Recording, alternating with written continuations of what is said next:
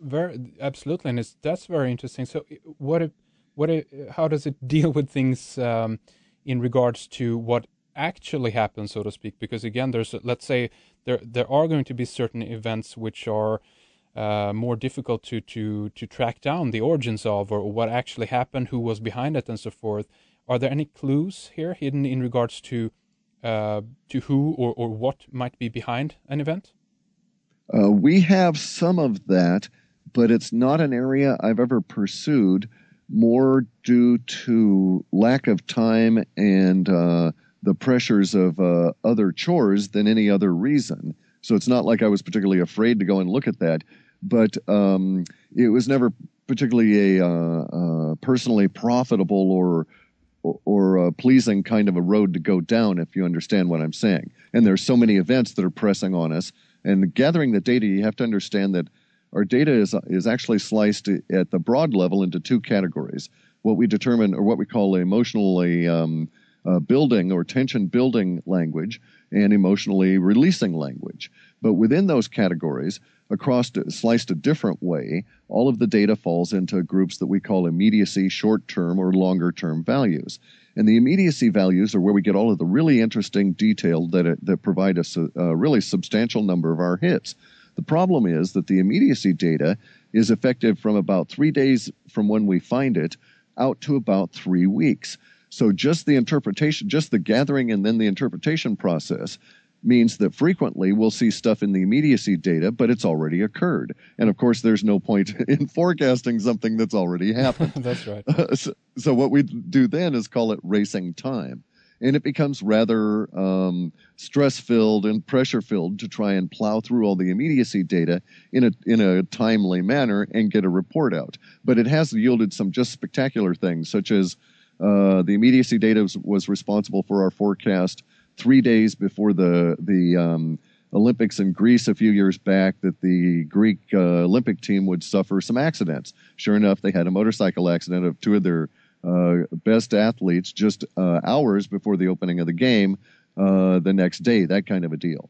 So it's very accurate and can provide some just staggering insights. Now, the reason I think it's very accurate is an aside that is interesting as well, because it goes back to the idea that everybody is psychic, and to a certain extent, most people don't know it, even if they wouldn't even allow that they're psychic. Even if they deny it, they are.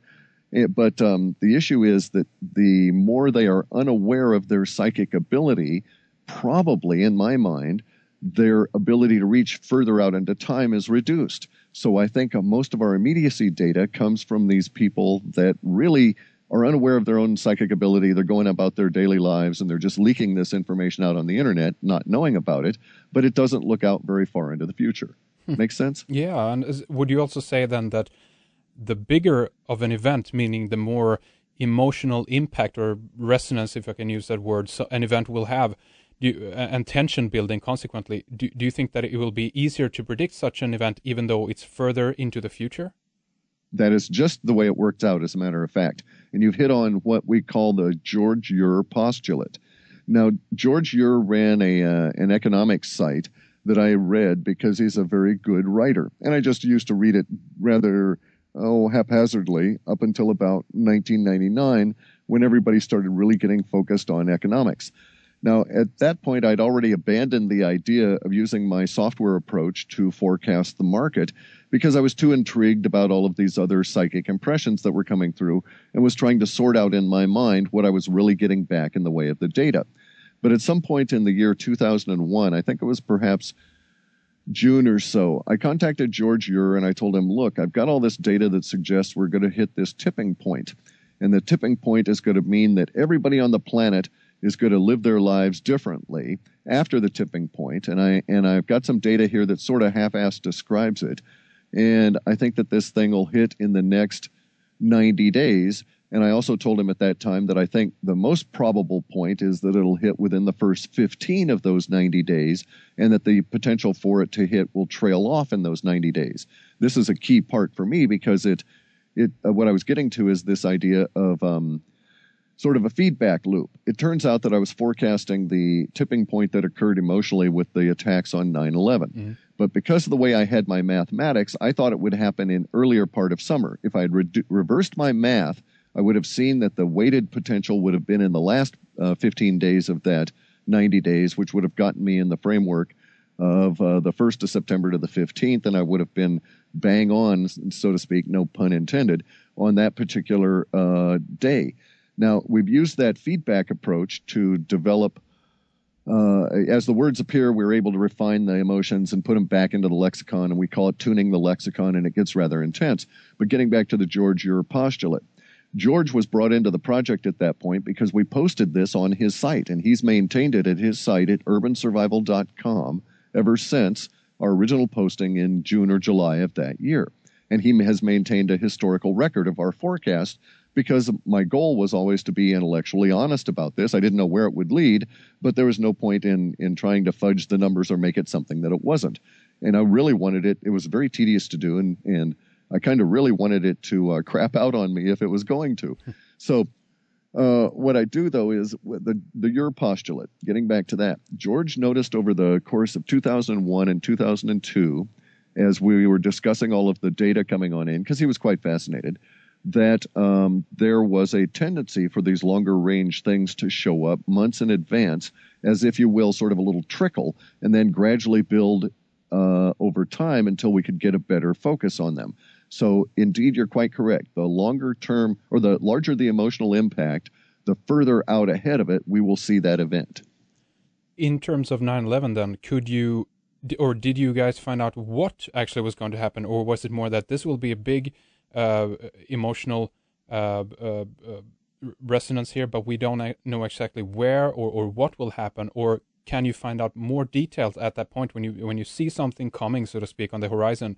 Can you target in on that more specifically and find out more details about it? Yes, we can. And we have our original post at George's Urban Survival site, which was basically like 1 or 2 paragraphs about what I called Screwy Theory 153. And it describes what we saw sort of coming. But here's our issue. At that point in 2001, I had my lexicon. It had 300,000 words, but I was only up to the M's in terms of getting an emotional quantifier attached to the major words. So I hadn't reached the point where I could have quantified the T words and picked up terrorism. So our description shows it as being an accident plus military. Somehow we knew it was going to be a, quote, military accident. And that's what came through in the data sets. And I'm convinced it was because we didn't have the word terrorism modeled. If we'd had terrorism modeled, that would have risen to a higher level of archetype, and then the accident and military would have made sense under the idea of a terrorist act. So basically what it was a limited structure on the lexicon, because bear in mind, I started off looking for words that were essentially associated with the economic system, and bonds and stocks and all that kind of stuff. So I had a lot of those words modeled, but I didn't have a lot of the more general words modeled. And in fact, it took us until 2003, I think, to go through that initial 300,000 words. There you go. And what would happen, so to speak, if a government, for instance, is trying to put out propaganda about something? They're trying to put out information or even misinformation about something in order to create a consensus, so to speak. Is this also something that would be reflected, and can you discover if it is indeed true or false information?